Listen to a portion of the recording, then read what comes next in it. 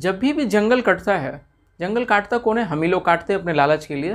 तो उस जंगल के कटने के साथ, मतलब फॉरेस्ट के कटने के साथ सिर्फ उसके पेड़ पौधे खत्म नहीं होते हैं, उस जंगल में रहने वाले सभी प्लांट, सभी एनिमल खत्म होते हैं। वो तो या तो माइक्रो साइज के हो या तो बहुत बड़े हाथी के साइज के हो, मतलब सभी को अपना घर छोड़ना पड़ता है। जैसे मैंने अपने पहले वीडियो में बताया था ना कि अगर नदी से सारा पानी, अगर नदी का सारा पानी सूख गया तो क्या उसके मछलियाँ, उसमें जितने भी रहने वाले मछलियाँ हैं वो बचेंगे? तो नहीं। तो उसी तरह अगर एक जंगल ख़त्म होता है तो उसमें रहने वाले जितने भी एनिमल्स है, प्लांट है, सभी खत्म हो जाते हैं। और हम लोग ये सोचते हैं कि अरे ये ख़त्म हो रहा है तो हमारा क्या? नहीं, वो ख़त्म हो रहा है तो हम भी धीरे धीरे ख़त्म होंगे। जैसे मैं एक एग्जांपल दे रहा हूँ, जैसे जैसे जंगल ख़त्म हो रहा है, फॉरेस्ट को कम किया जा रहा है, आप देखे होंगे ग्लोबल वार्मिंग उतना तेज़ी से क्या हो रहा है? बढ़ रहा है। ओजोन लेयर जो पहले बहुत मोटा हुआ करता था, अल्ट्रावायलेट रे को ऊपर ही रोक लेता था, और वो क्या हो रहा है? धीरे धीरे पतला हो गया। एक अलास्का जो कि एक बहुत बड़ा आइलैंड टाइप का है, मोटा मोटा बर्फ़ का क्या है उसमें लेयर है, वो धीरे धीरे क्या हुआ? आधा हो गया। तो ये सब क्यों मैं बता रहा हूँ? बता ये रहा हूँ क्योंकि हम लोग जो अंधाधुंध इस्तेमाल जो कर रहे हैं हर चीज़ों का अपने डेवलपमेंट के लिए, बहुत सारे जंगलों को ख़त्म कर रहे हैं। और जंगलों के ख़त्म होने से बहुत कुछ ऐसे जानवर हैं जो अभी इस दुनिया में रहे ही नहीं, जिनका वजूद ही नहीं बचा। तो आज ये सब आज के हमारे टॉपिक में है। हमने एक ज्योग्राफी क्लास 10 का चैप्टर स्टार्ट किया था जिसका नाम था wild life and the forest and wild life resources. उसका यह नेक्स्ट टॉपिक है। टॉपिक का नाम क्या है? Conservation of forest and wild life. मतलब देखिए, समझिए क्या है। मैंने इसके पहले वाले वीडियो में बताया था कि हम लोगों ने, हमारा जैसे जैसे पॉपुलेशन बढ़ता गया, हम लोगों ने पॉपुलेशन को, डिमांड को बनाए रखने के लिए हम लोगों ने क्या किया? जितने भी ज़मीन थे, जितने भी लैंड थे, जंगल को साफ किया, उसको खेती लायक बना लिया, एग्रीकल्चर लायक। फिर क्या हुआ? हम लोगों ने बहुत जल्दी डेवलप होने के लिए बहुत सारे रेल बिछाने शुरू किए, रेल नेटवर्क, बहुत सारे रोड बिछाने शुरू किए। और ये सब किसको साफ करके हुआ? ये सब जंगल को काट कर रोड बनाए गए, रेलवे नेटवर्क बनाया गया, बहुत सारे पहाड़ को खोद कर उसमें कोयला, लोहा निकाला गया। तो ये सब हम लोग क्या कर रहे हैं? नेचर के साथ ये खिलवाड़ हो रहा है। मतलब और मैं आपको बता दूं कि हमारा जो नेचर है वो सिर्फ हमसे मिलके नहीं, सभी से मिलके बना हुआ है। और अगर उसमें एक भी कम हो रहा है तो आप यकीन रखिए कि जितने भी बचे हुए हैं सब एक एक करके कम होना स्टार्ट करेंगे। ठीक है, तो चलिए आज का टॉपिक हम स्टार्ट करते हैं, कंजर्वेशन। तो मैं आपको बता दूं कि हम लोगों ने जैसे जैसे डेवलपमेंट के नाम पे जंगल को काटा, फिर उसके बाद सर्वे हुआ कि क्या हम इतना ज़्यादा जो फॉरेस्ट को ख़त्म कर रहे हैं इसका कुछ अंजाम भुगतना होगा।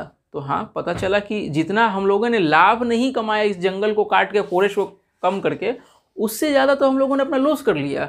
जैसे आपके सामने एग्जाम्पल होगा उत्तराखंड का।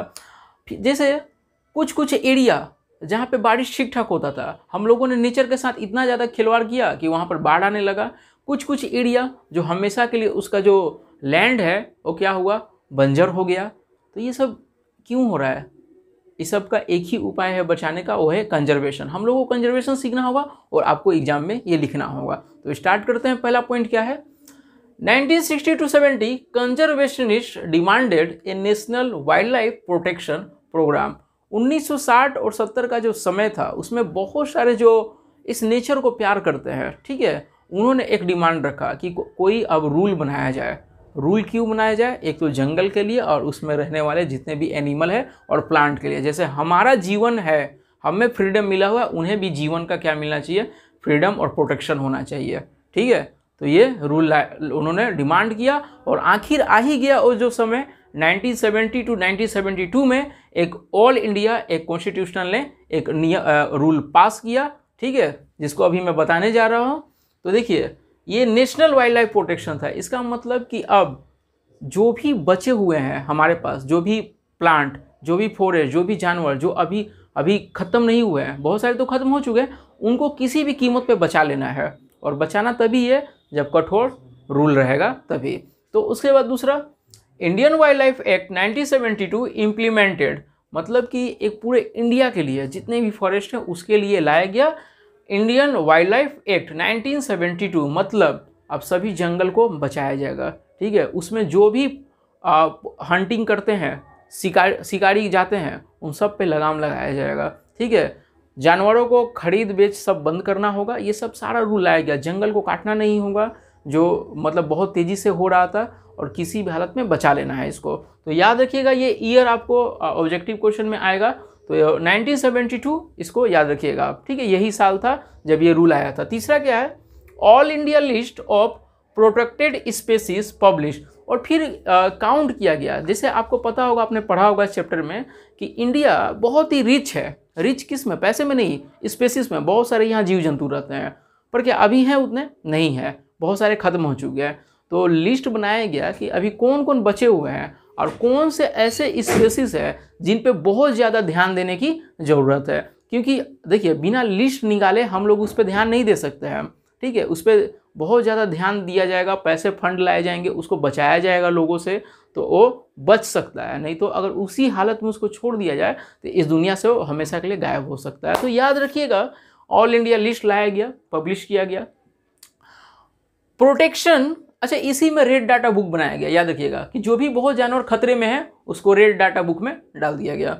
उसके बाद क्या है, protection the remaining population bye banning hunting. जैसा मैंने बताया ना कि जो भी बच गए हैं उनको बचाने के लिए इसमें क्या क्या बनाया गया कि बैनिंग हंटिंग, मतलब अब शिकार नहीं करना है अब इसमें। जैसे आपको मैं बता दूं, 1973 में एक प्रोजेक्ट लाया गया, टाइगर प्रोजेक्ट। अब टाइगर प्रोजेक्ट क्यों लाया गया? टाइगर को बचाना था। एक ज़माने में 55,000 इनका तादाद होता था, संख्या था, पर धीरे धीरे इनका इतना शिकार हुआ, लोग अपने मन के लिए, अपने शौक को पूरा करने के लिए, तो कोई व्यापार करने के लिए इसका शिकार करते गए और 1800 बच गया। तो आप सोचते होंगे कि टाइगर को बचाकर क्या होगा, तो मैंने पहले ही बता दिया था कि हमारा जो इकोसिस्टम है, इकोलॉजिकल है, नेचर है, वो सबसे मिलकर बना हुआ। एक कम होंगे तो सभी कम होंगे, ठीक है। याद रखिएगा, टाइगर नहीं होगा तो हिरन बहुत बढ़ जाएगा और जंगल को खा पी के खत्म कर देगा। तो हिरन का संख्या को लगाम लगाने के लिए टाइगर का रहना बहुत जरूरी है, ठीक है। तो क्या हुआ कि शिकार पे लगाम लगा दिया गया। उसके बाद giving legal protection to their habitants, और जहाँ जहाँ पर वो पाए जाते हैं उन पे एक नेचुरल तरीके से उनको प्रोटेक्शन दिया गया, ठीक है। जैसे आप रॉयल बंगाल टाइगर जो सुंदरवन में पाया जाता है उसको रिजर्व कर दिया गया है, ये बताऊंगा बाद में, टेंशन आपको लेने की जरूरत नहीं है, आप क्रैक एनसीईआरटी के साथ है, ठीक है। अब देखिए दूसरा point, government establish national park and wild life sanctuary. मतलब जैसे बताता हूँ, अब बहुत जंगल तो बहुत सारे हैं, तो क्या एक जानवर सभी जगह है? नहीं, कुछ कुछ रेयर भी हैं एनिमल्स जो खास एक ही जंगल में देखने को मिलते हैं। जैसे वन आपका एक सिंग का गेंडा, राइनो, वो कहाँ मिलता है? काजीरंगा में मिलता है। तो उसको बचाने के लिए उस जंगल पे ही ध्यान देना होगा, ठीक है, क्योंकि वहीं पे वो मिलता है। तो इसीलिए अब नेशनल पार्क बनाया गया, नेशनल पार्क बनाया गया, सेंचुरीज बनाया गया। मतलब कि वो जो जंगल है उस एरिया को पूरा तरीके से घेर देना, उसमें फॉरेस्ट रेंजर को तैनात कर देना कि जो कि हर समय तैनात रहें कि उसमें कोई शिकारी कोई घुसे ना और शिकार ना करे, और उस एरिया में पूरा तरीके से प्रोटेक्शन रहेगा जानवरों को। मतलब कि ऐसा लाइफ, मतलब अपने आप को डेवलप कर पाएंगे, ठीक है, ऐसा जीवन दिया गया, ठीक है। याद रखिएगा इसमें। और समय समय पर क्या रहेगा, मेडिकल टीम ट्रीटमेंट भी करेंगे जानवर का, पैसा भी आएगा फंड से। मतलब पूरे तरीके से अच्छा माहौल दिया गया कि वो अपने आप को, लाइफ को बचा सकें। Several project launch for endanger species one horn rhino, ये तो बताया आपको। एक सिंग वाला जो गेंडा है उसको पहचाना गया कि वो काजीरंगा में मिलता है, तो उस पर ध्यान दिया गया, उस पूरे जंगल को घेर दिया गया। अब उसमें सभी लोग नहीं जा सकते हैं, जो टूरिस्ट हैं वो सिर्फ जा सकते हैं, पर टूरिस्ट को इस बात को ध्यान रखना होगा कि उनको कोई भी ऐसा कदम नहीं उठाना पड़ेगा जिससे जानवर को जान का खतरा बने, ठीक है, और किसी को नुकसान हो, इस बात को याद रखिएगा।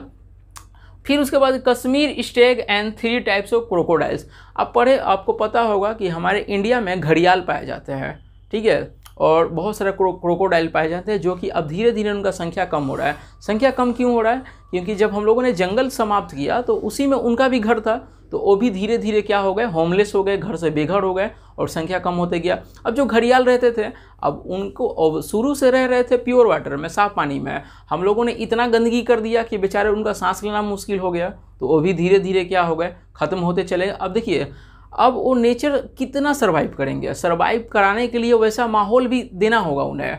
तो माहौल उस टाइप का देने के लिए ये सब गवर्नमेंट ने प्लान लाया, ठीक है, याद रखिएगा। क्योंकि काफ़ी देर हो चुका था, जब हम लोगों ने एस्टिमेशन किया, आकलन किया कि अभी कितने सारे स्पेसीज बचे हुए हैं, तो पता चला अरे मिलियंस से भी ज़्यादा, बिलियन में स्पेसीज इस दुनिया से ख़त्म हो चुके हैं, चले गए। ठीक है, अब जो कि अब मिलने वाले नहीं है। बहुत सारे प्लांट जो पहले पाए जाते थे अब दिखेंगे ही नहीं, तो इसलिए ये सब स्टार्ट किया गया। There is now a more intensive search for different conservation measures. और अभी इतना ही से हमारा काम नहीं बनने वाला, ठीक है, हमें बहुत सारे ऐसे उपाय देखने होंगे जिससे फॉरेस्ट को बचाया जा सके, फ्लोरा एंड फौना को बचाया जा सके। क्योंकि देखिए, मैंने अपने इसके पहले वीडियो में बताया था कि कोई भी एरिया को अगर सही तरीके से रखना है बैलेंस करके, तो 1/3 उसमें क्या रहने चाहिए, पेड़ पौधे। पर इंडिया में है क्या ऐसा, 23% है। और ये जब स्टार्ट हुआ है 1970 में स्टार्ट हुआ है, और 1970 से अभी कितना आ गया 21, पर अभी भी हम लोग 33% पे नहीं गए हैं। तो हमें अभी और कदम उठाने होंगे। और अभी भी आपको पता होगा कि अभी भी काफ़ी सारे ऐसे जंगल है जहाँ पे बहुत सारे एनिमल्स का संख्या दिन पर दिन घट रहा है। तो घट क्यों रहा है, क्योंकि अभी जितने हम लोगों ने काम किए उतने इनफ नहीं है और हमें सुधारों की ज़रूरत है। तो इसी के साथ ये वीडियो यहीं समाप्त होता है। आपको कैसा लगा कमेंट करके ज़रूर बताएं, और वीडियो को लाइक करना ना भूलें, दोस्तों के साथ शेयर करें। चलिए, धन्यवाद।